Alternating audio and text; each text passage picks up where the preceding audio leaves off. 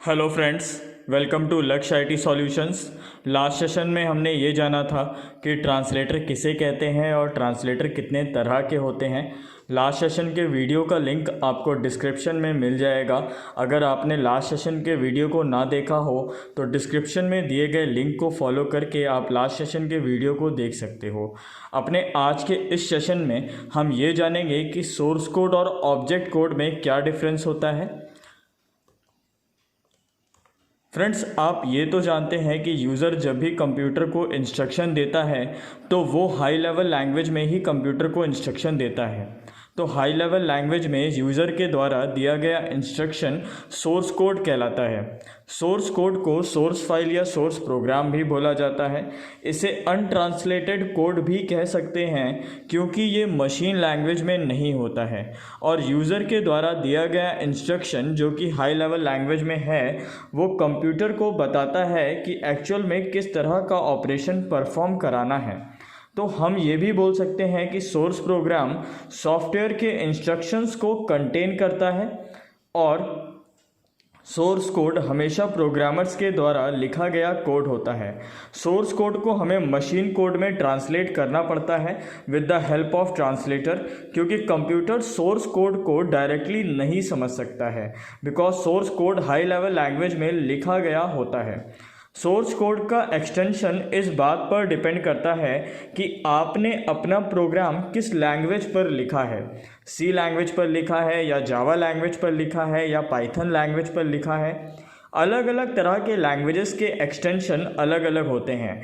For example, अगर सी language में एक प्रोग्राम लिखा है और उसका नाम मैंने डेमो दिया है तो उसका एक्सटेंशन demo.c होगा। अगर मैंने डेमो नाम का प्रोग्राम जावा में बनाया है तो उसका एक्सटेंशन demo.java होगा और अगर मैंने पाइथन में प्रोग्राम बनाया है तो उसका एक्सटेंशन demo.py होगा। ये एक्सटेंशन ही बताता है कि हमारे द्वारा दिया गया प्रोग्राम सोर्स कोड के फॉर्मेट में है। मशीन लैंग्वेज में लिखा गया प्रोग्राम ऑब्जेक्ट कोड कहलाता है। इसे ऑब्जेक्ट फाइल या ऑब्जेक्ट प्रोग्राम भी बोलते हैं। इसे ट्रांसलेटेड कोड भी बोला जाता है क्योंकि ये 0 और 1 के फॉर्मेट में होता है, मीन्स मशीन लैंग्वेज में होता है। ऑब्जेक्ट कोड में जो भी इंफॉर्मेशन होती है सब 0 और 1 के फॉर्मेट में ही होती है और ये ऑब्जेक्ट कोड की फाइल सोर्स कोड की फाइल से ही बनाई जाती है with the help of language translator. तो ये भी कहा जा सकता है ऑब्जेक्ट कोड का मतलब है एक ऐसी फाइल जो कि लैंग्वेज ट्रांसलेटर्स के द्वारा बनाई गई हो, मीन्स असेंबलर, कंपाइलर या इंटरप्रेटर के द्वारा जनरेट करी गई हो। ऑब्जेक्ट कोड कंप्यूटर डायरेक्टली समझ जाता है क्योंकि ये उसकी अंडरस्टैंडिंग लैंग्वेज में लिखा गया होता है। ऑब्जेक्ट कोड का एक्सटेंशन .obj होता है। जैसा कि आप स्क्रीन पर देख पा रहे हैं, लेफ्ट साइड में स्क्रीन पर एक प्रोग्राम लिखा है जो सी लैंग्वेज में लिखा गया प्रोग्राम है। तो ये प्रोग्राम जो कि यूज़र के द्वारा लिखा गया है इसे सोर्स कोड बोलेंगे और क्योंकि ये सोर्स कोड हमारा कंप्यूटर डायरेक्टली नहीं समझ पाएगा इसलिए हमें एक ट्रांसलेटर यानी कंपाइलर की हेल्प लेनी होगी। देन कंपाइलर हमारे सोर्स कोड को कन्वर्ट करेगा मशीन कोड में। तो मशीन कोड में कन्वर्ट करा गया ये कोड ऑब्जेक्ट कोड कहलाएगा।